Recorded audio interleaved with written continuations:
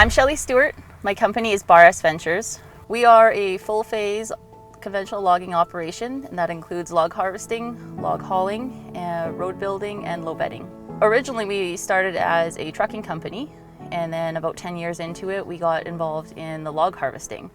So as a young girl, I was really driven to become a log truck driver someday because my dad is a logger. And so I really wanted to be able to go to work with him, and not realizing back then that a logging truck driver and a skidder operator don't actually work hand in hand.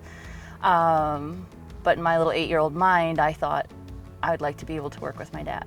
Women are starting to dominate in many industries, and we have proven time and time again that we are very valuable to have. And I think that not just the forestry industry, but every industry, everybody's better for having women and including, and I feel that most people are very welcoming to women being part of what used to be a man's world. The logging industry, forestry sector is very volatile. There's a lot of market changes, things that we can't change, like foresee coming, forest fires being one. We've had a lot of tough years here in BC, but just market changes, price of lumber, things like that. And the other thing is getting into this industry because of how volatile it is. A lot of lenders don't want to work with businesses because of, I guess, risk.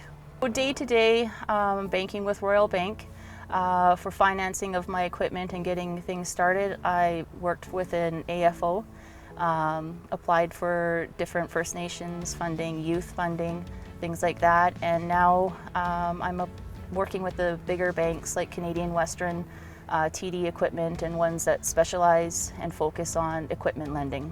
One thing that I've always done for myself is I've written my own business plans because I always wanted to be right in the heart and the nitty-gritty of all those details, because to me, knowing my business financially is very important to me. While I was going to college, I was taking an accounting technician program, so I have that, as well as my mother's an accountant too, so I've always had her to lean on and help me when I had questions or things don't balance or out of adjustment. And I also worked at a Aboriginal financial institution, so I would see business plans come in and I would like certain things and didn't like certain things. And just working in the lending industry myself, I knew what I liked and what I didn't like. When the person knows their business plan and they've done their research and they understand, and seeing the passion pour through the pages, I guess, is what makes a really good business plan. So maybe a lender doesn't want to work with you, or you're not going to get the contract you want, but it's just a stepping stone. So move on from that.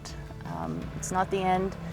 You can apply with other lenders, you can change your business plan, you can, as long as you're willing to change and be open, there's no reason that you can't be successful moving forward.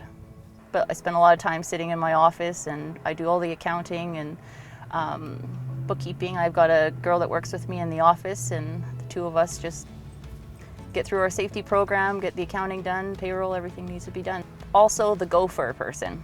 Go for the parts and go fix that and go look after this and go look after that. So yeah, I'm definitely all over the board all the time. I think the biggest reward for myself and my family is just being able to provide the life that I envision for my children and for my husband and I.